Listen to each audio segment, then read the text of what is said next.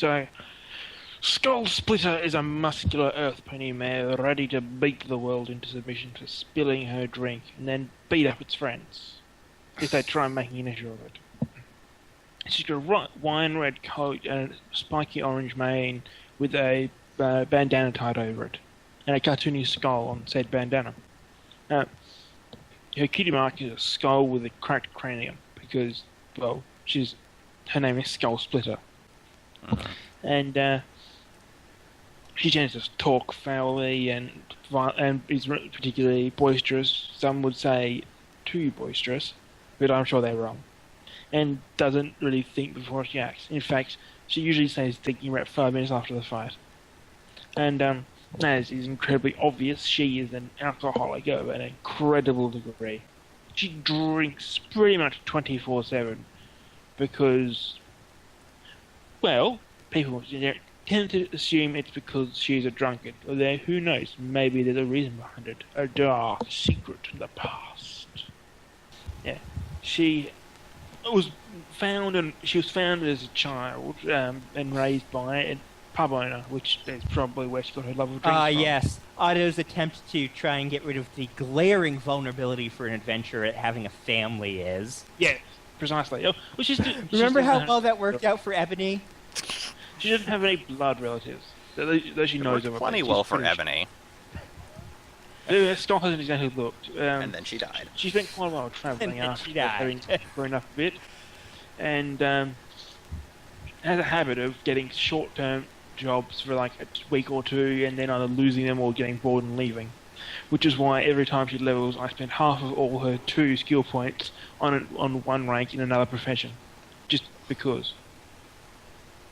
At the moment, she's got like mail courier, seamstress, accountant, maid, and brewer, although that one makes sense. She tends to carry on her person belts and a vest and pants that are all hung quite heavily with booze. And shurikens, but mostly booze. She has a small barrel of Applejack. Because, why wouldn't you? Like I said, she generally thinks. She doesn't think before she acts. And usually leaves at Heaven's Ward, her companion, a paladin of the caretaker who was basically told after, as a favour to the monk who trained her, that, could you go along with her and keep an eye on her so she doesn't end up in a ditch or something. Which is very insulting, because she does not fall asleep in ditches, she falls asleep in gutters. Very different. You don't find a ditch in a city now, do you? I still think ditches would be more comfortable. Or at least less gross. It depends on the night and the weather. I think that's about all I can really say. I mean, if anyone's watched this, you'll have gotten a sense of when I play her.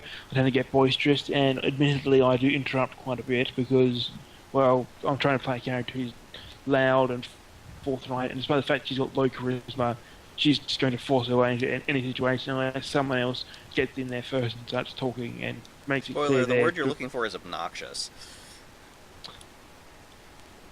I wouldn't go quite that far. She's not intentionally obnoxious. You can be obnoxious without trying. But she's generally got her heart in the right place in that she doesn't, beat up the innocent. She's eager for a fight, but she won't, beat someone to death or anything. And she just kind of views it all as a good time for everyone.